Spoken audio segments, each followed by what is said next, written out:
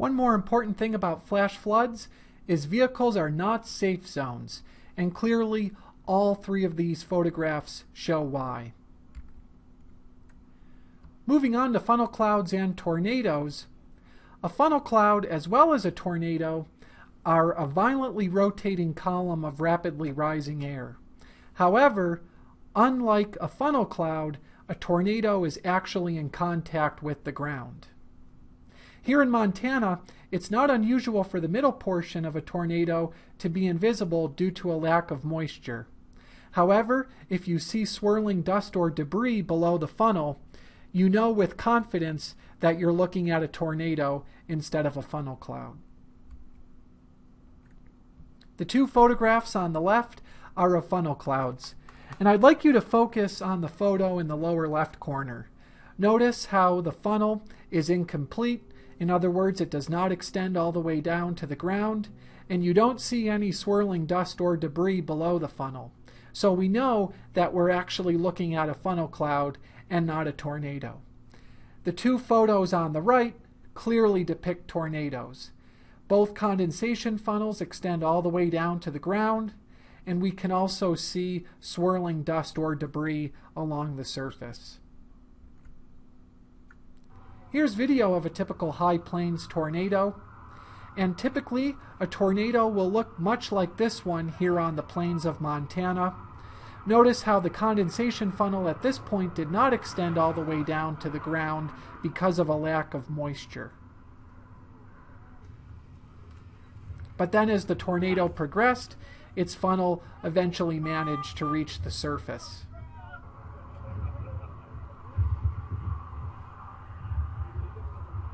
In this case, the funnel wasn't necessarily completely down to the ground, but there was swirling dust, so we knew that we were in fact looking at a tornado rather than a funnel cloud.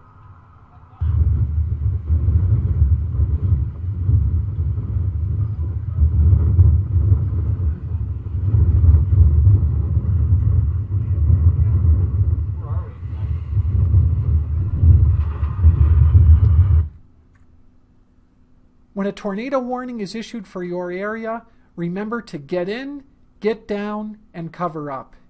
If you're indoors, seek shelter in an interior room on the lowest floor of a well-built structure, such as a brick home.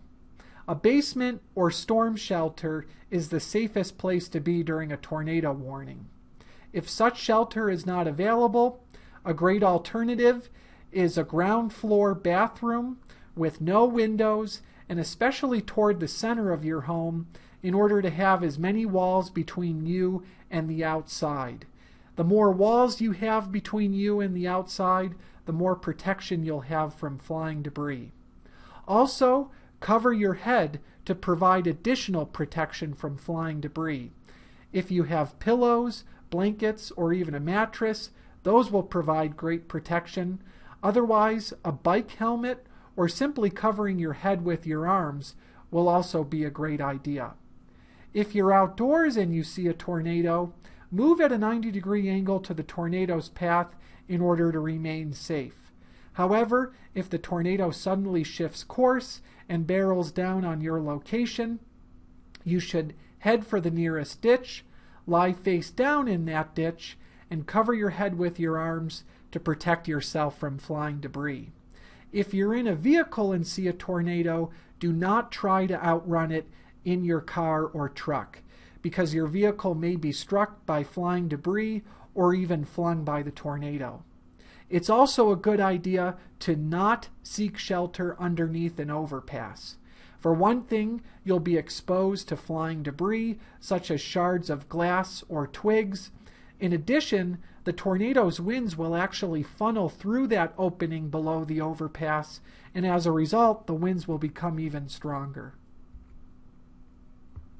It's like a strong or violent tornado can cause destruction in a matter of seconds, and this video clearly shows that. Violent, knocking over trees, moving a car, even pulling pieces right off a house. And it's scarier to watch this video than it was to ride it, to be in the basement. While Randy Reisner was in that basement taking cover, the security cameras outside his house on Dixie Lane were rolling. But it's the closest thing to hell that I've ever, here on Earth, that you'd see. The powerful EF3 tornado taking down everything in its path, even buildings. We feel real lucky. We're a lot luckier than a lot of people. At the same time, just down the street, it sounds like a train, but it's like 100 trains at one time. Surveillance at Clinic Pharmacy on Liberty Road was also on. I was just in shock. I couldn't process it, I don't think, at the time. Pharmacist David Quinn took shelter nearby while you can see a customer rides out the storm in his car in the pharmacy parking lot.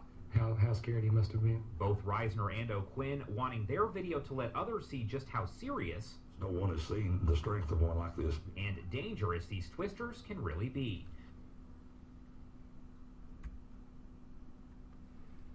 Just like during a flash flood, vehicles are also not safe zones during a tornado. Again, it's important to keep in mind your vehicle may be flung by the tornado or struck by wind-driven debris. A major hazard with any thunderstorm is lightning. Please remember that lightning can actually strike up to 10 miles or more from its parent storm, even when clear blue sky is overhead at your location. If you hear thunder, lightning is nearby, and it also means you're close enough to be struck by lightning. A great rule of thumb is every 5 seconds between lightning and the resulting thunder represents about 1 mile between the instance of lightning and your location. For example, if you see lightning and then count 10 seconds before hearing the resulting rumble of thunder, that means the lightning occurred approximately 2 miles from your location. During a thunderstorm, you want to avoid open and high places. Also avoid water which conducts electricity. When lightning is occurring, stay away from isolated trees as well as towers, since those are more likely to be struck by lightning. In addition, if you're in an open park or on a golf course, head indoors immediately, because otherwise you'll be one of the tallest objects, and as a result, you'll be more likely to be struck by lightning. Here's a video showing why we should all respect lightning. Notice how that taller tree was struck, and even though many people were nearby, thankfully no one was injured or killed in this instance. But still, everyone who was near that tree was very lucky to not be injured or killed. Hail is another important thing to consider with thunderstorms.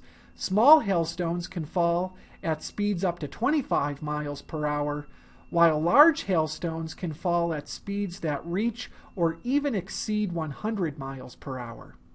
Wind-blown hail can cause considerable damage, as shown in those 2 photographs. During a hailstorm, it's important to stay inside your home or vehicle and protect your head. When it's safe to do so, report hailstone size with either a coin reference or a sports reference. For example, quarter-size hail is 1 inch in diameter, while tennis ball size hail is 2.5 inches in diameter. With hail, sometimes the size truly does matter in terms of hail's ability to cause damage or destruction.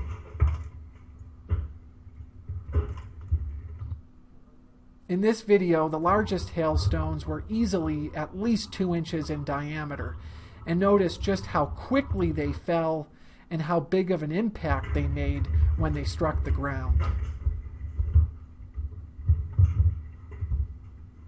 It's encompassing most of the downtown Moore area, all the way up to 89, and all the way down to 164, and even Indian. Sometimes hail can accumulate, and it's important to report accumulating hail whenever you see it. Amazing. I was mowing the yard an hour ago. It's coming off the house at such intense rate.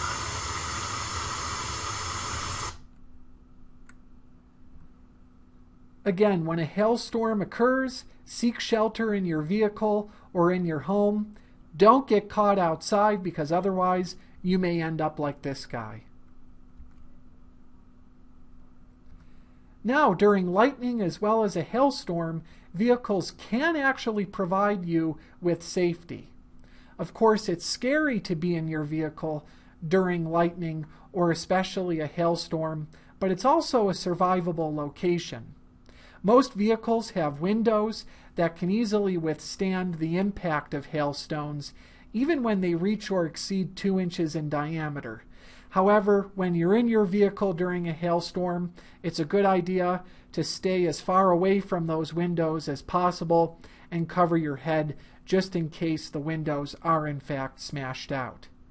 If your vehicle is struck by lightning, the metal frame will actually carry that electrical current around you instead of through you, and then that electrical current will be grounded through your vehicle's wheels. It's also important to not touch any of your vehicle's electronics, especially if it is struck by lightning, because otherwise that electrical current will in fact travel through you. Here are photographs comparing a hail shaft to a rain shaft. A hail shaft is often wispy and curtain-like in appearance, and typically it's semi-transparent as well. In addition, hail shafts are typically white in appearance.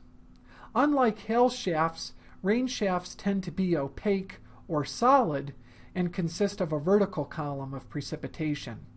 The typical rain shaft is either blue or dark gray in color. Downbursts are strong thunderstorm downdrafts. Now, what exactly is a downdraft? A downdraft is a column of sinking air within a thunderstorm through which precipitation often falls. Therefore, a downburst is a rapid descent of air within a thunderstorm that spreads outward in all directions upon reaching the surface and generates damaging or destructive wind gusts in the process. A microburst is a downburst that is less than 2.5 miles wide.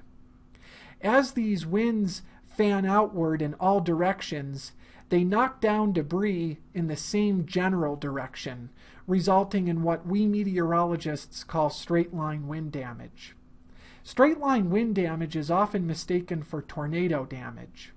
And please remember that tornado damage consists of debris that is knocked down in multiple and random directions along the entire damage path because winds swirl within a tornado. Here's an educational video about downbursts. We may think of tornadoes, but other damaging winds can occur out of thunderstorms, and the term microburst has been assigned to describing the small-scale phenomena that generates very, very high wind. Wind speeds up to 120 miles an hour would not be unexpected out of a microburst. Generally, they're in the range of 60 to 80 miles an hour around California. But what happens is descending air within the thunderstorm comes out the bottom of the cloud, strikes the ground, and fans out. And due to the acceleration action, upon striking the ground, the winds accelerate up to much, much higher speeds than even the downdraft, and of course then cause a lot of damage. A lot of times the damage from high winds within a thunderstorm cell are not tornadic, but rather these what we call downburst or microburst winds. They're straight line winds. But that doesn't help anybody that gets caught in them because they too can be just as damaging as a small tornado.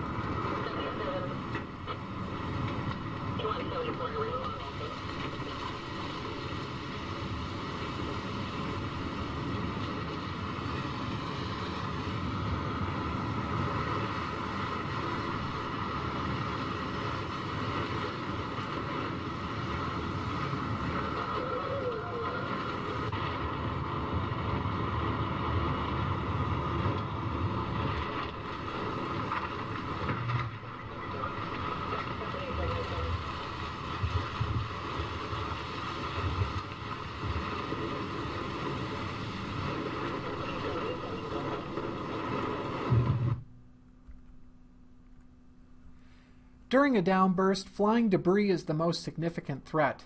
Of course, downed trees and power lines are also important things to remember.